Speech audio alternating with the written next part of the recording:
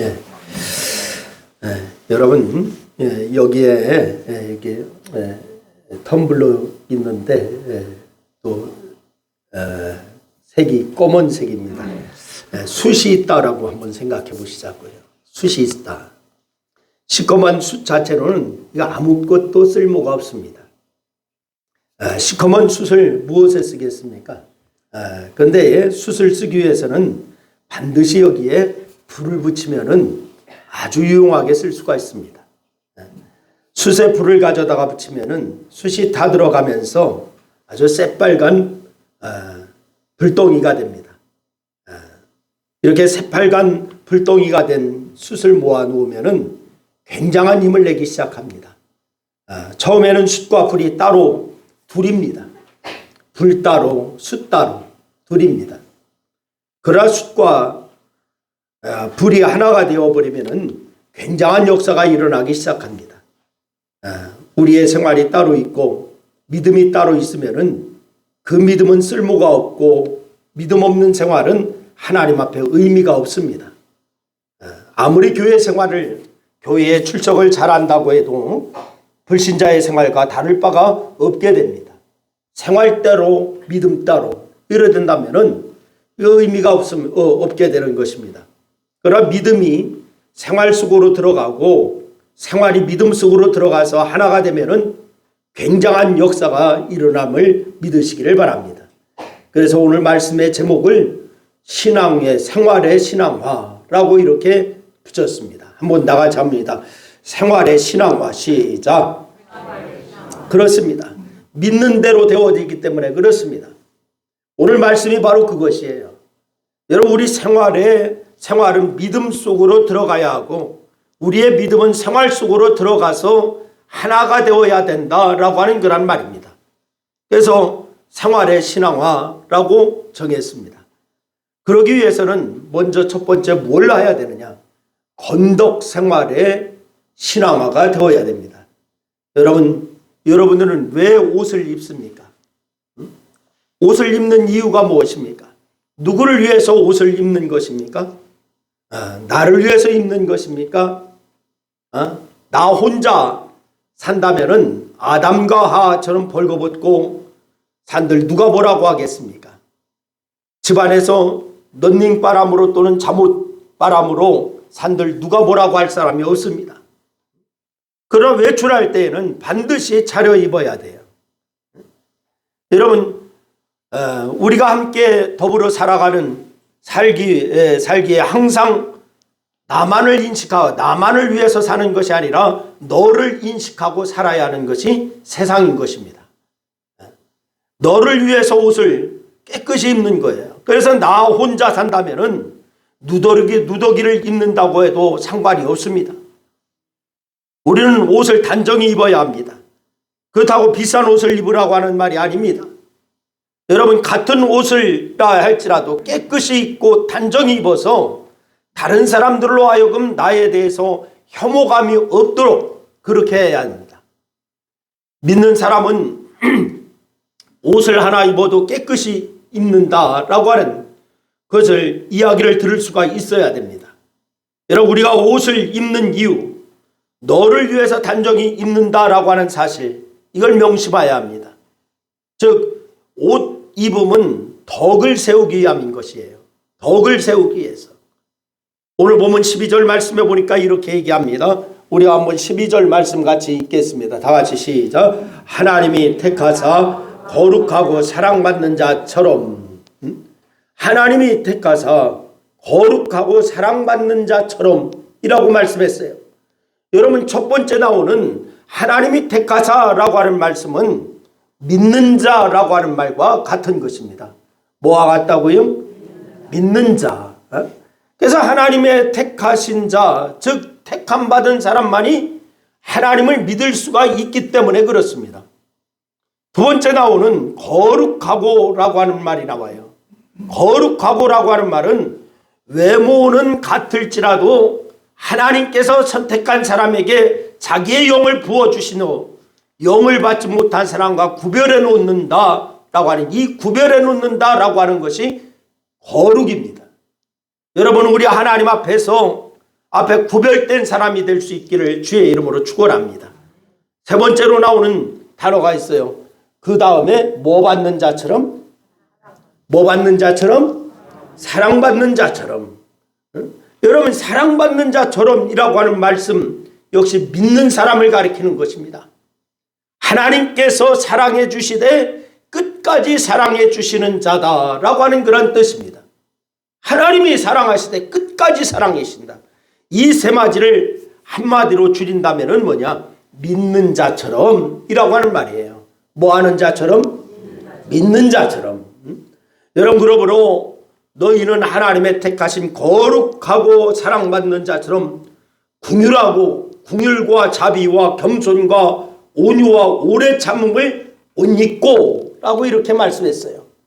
다 같이 한번 읽습니다. 시작. 그러므로 너희는 하나님의 택하사 거룩하고 사랑받는 자처럼 궁율과 자비와 겸손과 온유와 오래 참음을 옷 입고. 여러분, 이 말씀은 믿는 자라면은 궁율과 자비와 온유와 겸손과 오래 참음, 즉 인내의 옷을 입어야 한다라고 하는 그런 말씀입니다. 무슨 옷을 입자? 무슨 옷을요? 인내의 옷을 입자. 그래서 진짜 하나님이 선택하시고 하나님이 구별하여 거룩하게 하시고 하나님의 사랑을 받는 자는 반드시 5가지 덕목으로 옷을 입듯 하라라고 하는 그런 말씀이에요. 그 5가지 덕목, 궁율과 자비와 온유와 겸손과 오래 참음이라고 하는 말씀입니다.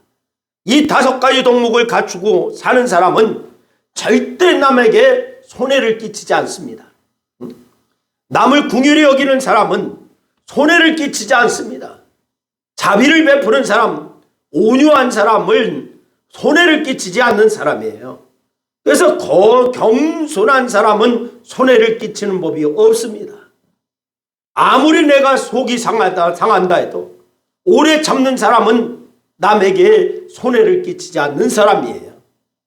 이런 사람은 교회에 나오면 교회에 덕을 세우고, 직장에 나가면 직장에 덕을 세우고, 동네에 나가면 이웃들에게 덕을 세우고, 그렇게 하는 사람이 되는 줄로 믿으시기를 바랍니다.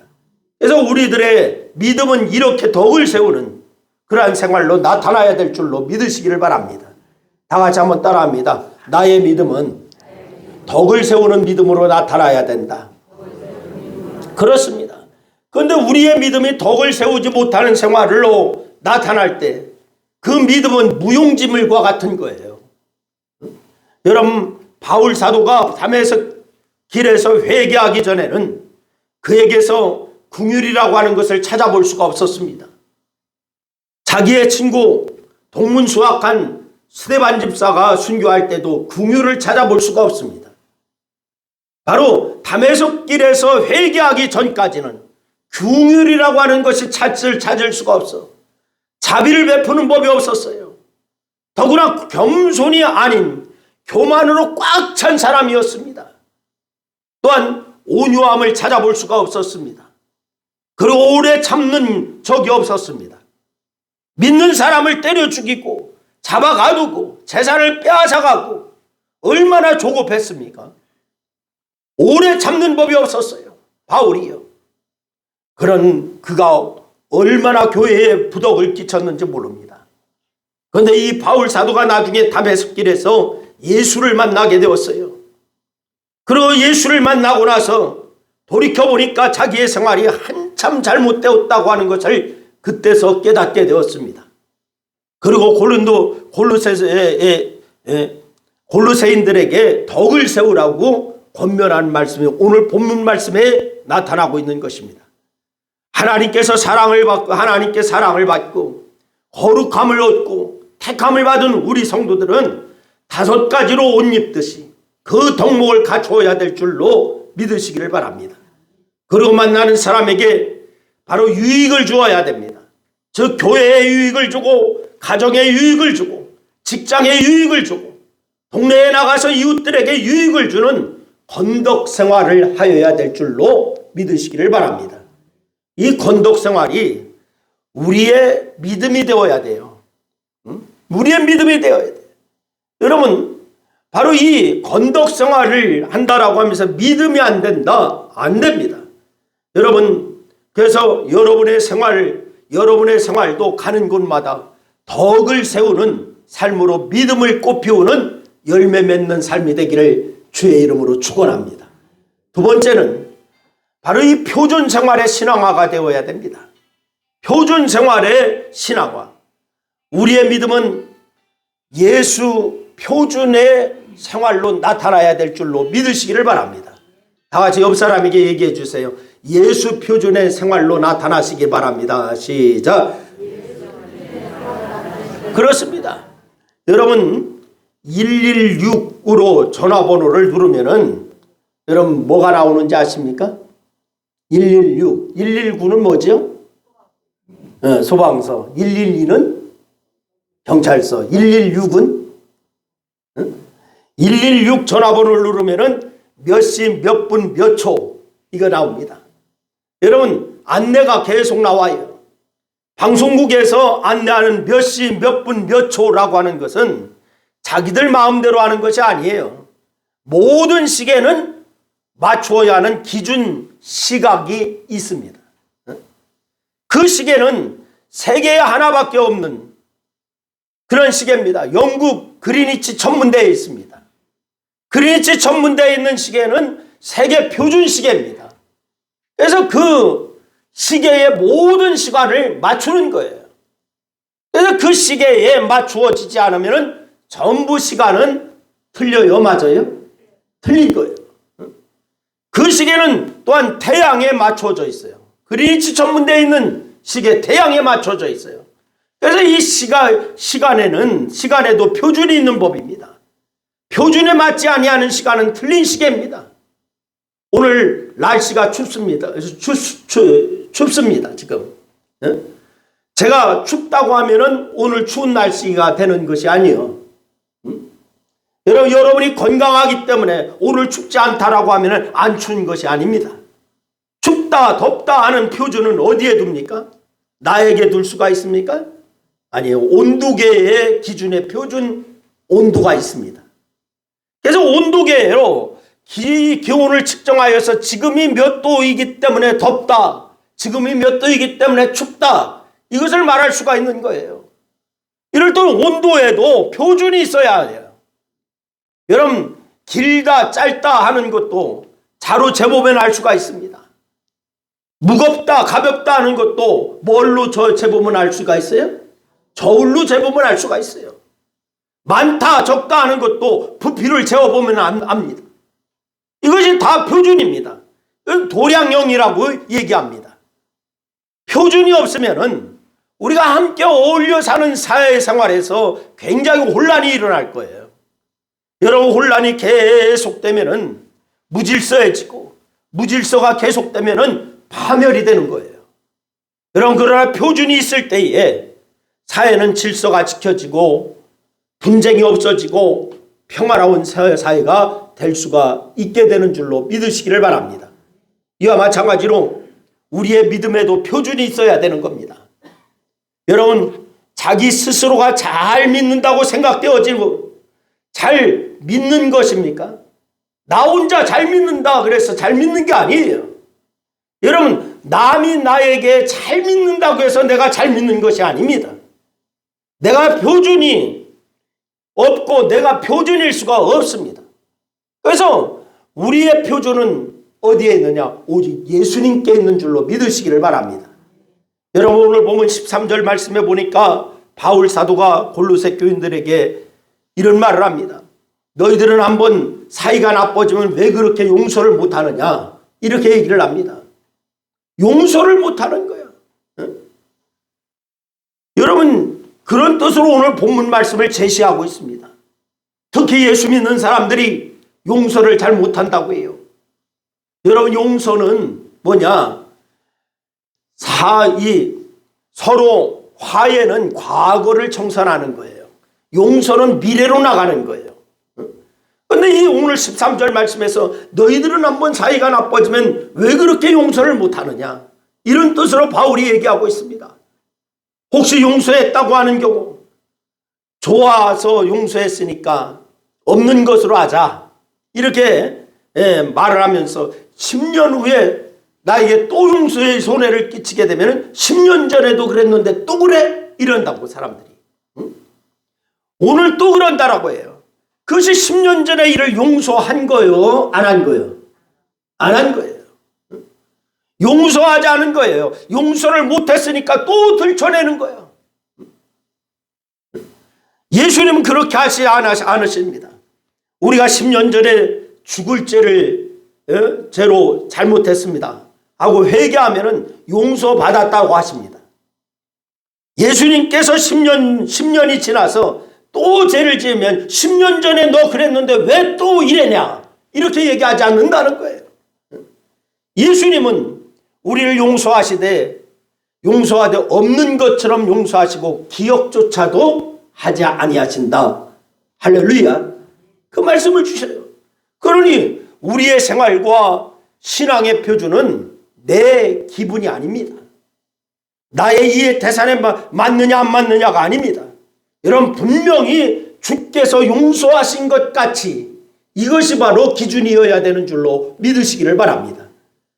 그러므로 우리의 신앙과 생활의 표준은 예수님이라고 하는 사실을 잊지 마시기를 바랍니다. 다 같이 한번 따라합니다. 우리의 생활의 표준은, 신앙의 표준은 예수님이시다. 그렇습니다. 우리 기독교 내에는 신조라고 하는 것이 있어요. 여러분, 신조라고 하는 것은 믿습니다라고 하는 조항입니다. 여러분, 우리가 이제 성경 앞장에 보면 사도신경이라고 하는 것이 있는데, 이것은 무슨 신앙의 고백이라고 얘기하지만은 공동된 신앙 고백은 아니었어요. 그건 뭐냐? 초대교회 때에 각 교회마다 신조라고 하는 것이 있었는데, 가장 대표적인, 가장 모범적인 신조다라고 해서 그것을 사도신경 이렇게 붙인 거예요. 그래서 각 교회마다 신조가 있을 수가 있는데, 신조라고 하는 것은 믿습니다라고 하는 조항입니다. 그 신조 중에 첫 번째가 뭐냐? 성경은 하나님의 말씀으로 우리의 신앙과 행위의 유일무이한 법칙이다. 이것이 바로 신조의 제일 1조항입니다. 쉽게 말하면 성경은 우리의 생활과 우리의 믿음의 표준이다, 이 말이에요. 한번 다 같이 한번 따라합니다. 성경은 우리의 생활과 우리의 믿음의 표준이다. 그렇습니다. 우리의 생활이 성경에서 벗어나면 잘못된 거예요. 여러분, 우리의 믿음이 아무리 열심을 내는 것 같아도 성경에 맞지 않으면 그것은 잘못된 신앙인 것입니다. 그래서 잘못된 신의 생활은 무가치하고 그 신앙은 의미가 없는 것입니다. 여러분, 우리의 생활과 신앙은 성경을 표준으로 해서 성경에 꼭 맞는 생활이고 믿음이어야 되는 줄로 믿으시기를 바랍니다. 그래서 이처럼 우리의 표준이 되는 성경은 바로 예수님을 가리키는 거예요. 즉, 오실 메시아를 시작으로 예수님의 죽음, 예수님의 부활, 예수님의 승천, 예수님의 재림, 예수님의 천국을 가리키는 거예요. 그래서 예수님을 어떻게 살았는가라고 생각하고 살아가면 되는 것입니다. 예수님이 어떻게 살았는가? 그래서 그 예수님이 사는 대로 나도 그렇게 살면 되는 줄로 믿으시기를 바랍니다. 그래서 즉, 예수님께서 하나님과 어떤 관계를 가지고 어떻게 살아가셨는가, 이걸 생각하면서 우리도 생활하면은 여러분 틀림없는 생활이 되는 줄로 믿으시기를 바랍니다. 세 번째는 감사 생활의 신앙화가 되어야 될 줄로 믿으시기를 바랍니다. 다 같이 한번 따라합니다. 감사 생활의 신앙화. 시작. 그렇습니다. 여러분, 우리의 신앙생활에는 감사하는 생활이 믿음으로 나타나야 되는 줄로 믿으시기를 바랍니다. 여러분, 즉 믿음은 감사하는 생활이 되어야 돼요. 믿음의 별명을 감사라고 해도 좋습니다. 여러분, 태어날 때부터 도둑으로 태어난 사람이 있습니까? 네? 태어날 때부터 도적으로 태어난 사람이 있어요? 없어요. 어머니 태에서 출생할 때는 누구나 똑같습니다.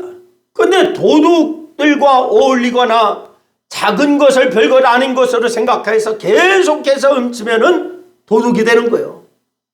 여러분, 거짓말쟁이는 왜 거짓말쟁이가 됩니까? 거짓말을 한두 번 자꾸 하다 보니까 그 거짓말을 정당화시키기 위해서 또 거짓말을 하게 되고, 그 거짓말을 정당화하기 위해서 또 다른 거짓말을 반복하는 거예요. 그래서 거짓말이 거짓말을 낳는 거예요. 그렇게 계속 거짓말을 함으로 거짓말쟁이가 돼버리고 마는 겁니다. 이와 마찬가지로 우리가 자꾸 감사합니다, 감사합니다 하면서 말로도 감사하고 마음으로도 감사하고 실제로도 감사하고 구체적으로 감사하다 보면은 감사하는 사람이 되는 줄로 믿으시기를 바랍니다. 본래는 도둑이 아니었는데 자꾸 도적질하면은 도적이 되듯이, 불평만 하던 사람도 계속 감사하면은 감사하는 사람이 되는 줄로 믿으시기를 바랍니다. 요즘 감기가 유행이죠. 독감이 유행이죠. 감기 때문에 어머니가 열이 나고 힘이 빠져서 누워있고 싶습니다. 그래도 아들, 딸들에게 따뜻한 밥 한 그릇 먹이고 싶어서 어지러워 이제 쓰러질 것 같지만은 정성을 다해서 밥상을 차려다 갖다 줘요. 응? 그러면 자녀들은 당연히 어머니는 나에게 밥을 지어서 바쳐야 되는 사람이야, 나는 당연히 받아먹는 사람이야, 이렇게 생각하게 되면은 절대 부모에게 감사할 줄을 모르지요. 그래서 평생 감사하지 못하고 죽습니다. 어머니의 부모에 대한 고마움을 모르고 죽는 거예요. 어머니가 저렇게 불편하지만은 나를 위해서 저렇게 애를 써서 따뜻하게, 그리고 아주 정성을 다하여 밥상을 차려주시는구나, 어머니 감사합니다 라고 하게 되면은 어머니는 감기가 다 나은 것처럼 기쁠 거예요. 여러분, 말로만 감사하는 감사일지라도 어머니는 그렇게 좋아하는 거예요. 여러분, 여러분의 부모님께 감사할 줄 알고 그 다음에 자기 바로 형제에게, 자매에게 감사할 줄 알고, 또한 옆 사람에게 감사할 줄 알고 물 한 잔을 가져줄 때도 바로 이 감사하게 되면 감사하는 사람이 될 줄로 믿으시기를 바랍니다. 그래서 우리의 믿음 생활은 이렇게 항상 감사로 나타나야 되는 거예요. 남편 되는 분들도 아내가 아침에나 저녁에 차려주면은 다 먹고 나서 감사합니다 해야 돼요. 응? 감사합니다. 네? 여러분, 그렇게 해야 여러분 가정이 화목해. 아멘. 응? 여러분, 그래서 아내가 집에서 하는 일과 여러분의 일터의 생활을 하루만 바꾸어 보세요. 여러분, 아내가 밥상을 차려줄 때 감사합니다 하고 한마디만 하게 되면은 아내가 기뻐하죠. 그리고 화목해져요. 그렇게 되면 그 집안이 감사하는 집안이 될 거예요. 우리의 믿음은 이처럼 감사로 꽃을 피우고 감사로 열매를 맺어야 될 줄로 믿으시기를 바랍니다. 가정도 감사가 꽃이 피어야 되고, 교회도 감사가 꽃이 피어야 되고, 여러분의 믿음의 삶도 감사로 꽃을 피울 때에 하나님께서 가장 기뻐하는 그러한 역사가 있게 될 줄로 믿으시기를 바랍니다. 오늘 본문 15절로 17절 말씀해 보니까 첫째는 감사하는 사람이 되고, 둘째는 마음으로 감사하고, 셋째는 하나님께 감사하라 라고 이렇게 말씀하셔요. 다 같이 한번 따라합니다. 첫째는 다 같이 시작. 첫째는 감사하는 사람. 다 같이 읽습니다. 시작. 첫째는 감사하는 사람이 되고, 둘째는 마음으로 감사하고, 셋째는 하나님께 감사하라. 할렐루야. 여러분, 아내에게만 감사하지 마시고 아내가 집안 살림 잘해주면은 아내에게 감사하기 전에 하나님, 이 여자를 제 아내로 짝으로 주셔서 감사합니다, 이것이 있어야 돼요. 할렐루야. 그렇게 생각하시기 바랍니다.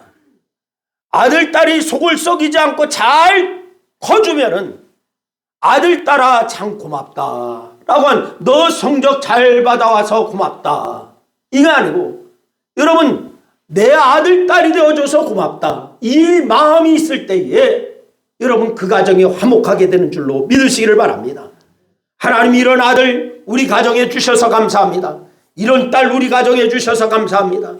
하나님께 먼저 감사하라고 하는 뜻이에요. 이렇게 매사에 헤아려서 하나님께서 주신 것을 하나하나 세워가면서 하나님 아버지께 감사하시기를 여러분 주님의 이름으로 부탁을 드립니다. 그러면 결과적으로 감사하는 사람이 될 거예요. 감사를 하되 마음에서 우러나는 감사를 해야 하는 것을 잊지 마시기를 바랍니다. 그래서 마음에서 우러나는 감사, 이처럼 우리의 믿음은 감사하는 자로 감사하는 생활로 꽃피우고 열매 맺는 그러한 역사가 있기를 주의 이름으로 축원합니다. 우리의 생활은 반드시 믿음이 되어야 됩니다. 믿음을 떠난 생활은 불신자의 생활과 똑같습니다. 2024년 한 해를 보내고 마지막 주일을 맞이하면서 저는 여러분에게 세 가지의 말씀을 주제로 말씀을 드렸습니다. 첫째, 덕을 세우는 생활을 하자. 건덕 생활을 하자. 교회에서나 직장에서나 동네에서나 가정에서나 누구에게나 유익을 주고 덕을 세우는 생활로 믿음이 열매를 맺을 수 있기를 주의 이름으로 축원합니다. 두 번째는 예수님을 표준으로 삼는 생활을 하시기를 주의 이름으로 축원합니다. 예수 표준의 생활이요, 신앙이 나타나야 돼요. 내 기준이 되면 안 됩니다. 여러분 어떤 다른 것이 기준이 되면 안 됩니다. 예수님이 기준이 될 수 있기를 주의 이름으로 축원합니다. 세 번째는 감사하는 생활을 할 수 있기를 바랍니다. 아내를 보면서 감사하고 아들, 딸을 보면서 감사하고 성도를 보면서 감사하고 더 감사하는 생활이 믿음의 열매로 맺혀지게 하시기를 바랍니다. 그래서 이 2024년 한 해를 마무리하는 이 마지막 주일에 여러분 정말로 덕을 세우고 예수님이 표준이 되고 감사가 생활화되어서 여러분 이 한 해를 잘 마무리하시고 예수님을 표준으로 삼아 예배를 드리고 감사를 드려서 새로 시작하는 2025년도에는 정말로 행복한 해를 만들어가는 여러분 모두가 다 될 수 있기를 주님의 이름으로 축원합니다. 기도하겠습니다. 말씀 생각하면서 우리 한 2분 동안 합심하여서 함께 기도하십니다. 같이 기도합니다. 아버지 하나님, 은혜와 사랑을 고맙고 감사합니다. 오늘 아버지 하나님 2024년 한 해를 마지막 이제 아버지 하나님의 주일을 맞이하면서 우리가 하나님 앞에 아버지 하나님이여 말씀을 받게 하심을 감사합니다. 생활의 신앙화를 이루어 나가는 저희들이 될 수 있도록 인도하여 주시고 온전히 아버지 하나님 믿음 따로 생활대로 그렇게 되는 생활이 아니라 정말 하나가 되어서 하나님이 축복하시는 그러한 삶을 이루어 나가는 저희 모두가 다 될 수 있도록 하나님이 역사하여 주시고 인도하여 주시옵소서. 우리 신광교회를 축복하여 주시고 우리 교회를 통하여서 아버지 하나님의 한 해 동안도 아버지 축복하여 주시고 돌보아 주시고 인도하신 것이 하나님의 은혜입니다. 하나님이 이제 마지막 주일에 더욱이 하나님께서 아버지 하나님 더욱이 우리가 이제 아버지 하나님의 신앙의 생활화를 이루므로 말미암아 하나님이 함께 하시는 그러한 삶을 더 찬양하며 감사하며 더욱이 아버지 하나님 앞에 영광 돌리는 그러한 삶이 끊어지지 아니하도록 하나님 도와주시기를 원합니다. 아버지 믿음의 건덕 생활이 되게 도와주시고 예수님의 표준화되는 생활을 하게 하시고 늘 감사의 생활이 끝이지 아니하도록 하나님 도와주시옵소서. 이 시간도 영광을 받으시는 주님 감사하며 예수님의 이름으로 기도드려옵나이다. 아멘. 아멘.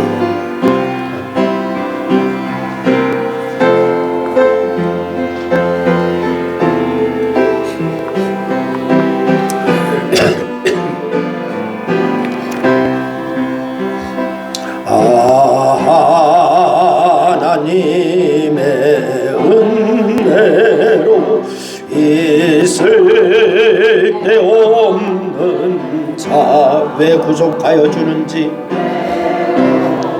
속하여 주는지 난 알 수 없도다. 내 위함은 내 모든 형편 아시는 주님 절 보호해 주실 곳을 나는 확실히 왜 내게 굳센 믿음과 또 복음 주셔서 내 마음이 항상 편한지 난 알 수 없도다. 내가 믿고 또 의지함은 내 모든 용변 아시는 주님 늘 보호해 주실 곳을 나는 확신하네. 왜 내게서 내 마음 감동해 주 예수 믿게 하는 난 알 수 없도다.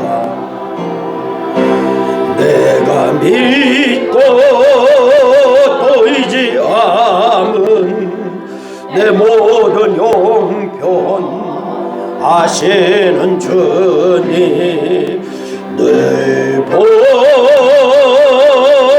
주실 곳을 나는 확실히 하네. 주 언제 강림하실지 혹남의 홍낮에 오 주님 만날 그곳 또 난 알 수 없도다. 내가 믿고 또 의지함은 내 모든 용변 아시는 주님 늘 보호해 주실 곳을 나는 확실히 아네. 아멘. 지금은 세상의 기쁨과 소망이 되어 죄인을 의인되게 하시려고 이 땅에 오신 예수 그리스도의 은혜와 독생자라도 아낌없이 보내주신 하나님 아버지의 놀라우신 사랑하심과 늘 함께 하시는 성령님의 교통하심이 지난 1년 동안 지켜주신 모든 것을 감사하는 마음으로 머리 숙인 모든 성도들과 저들의 가정과 직장과 사업에 이 나라와 민족 위에 이제로부터 영원토록 함께 하옵시기를 축원하옵나이다. 아멘. 영광 받으시고 함께하여 주옵소서. 주님 도와주옵소서.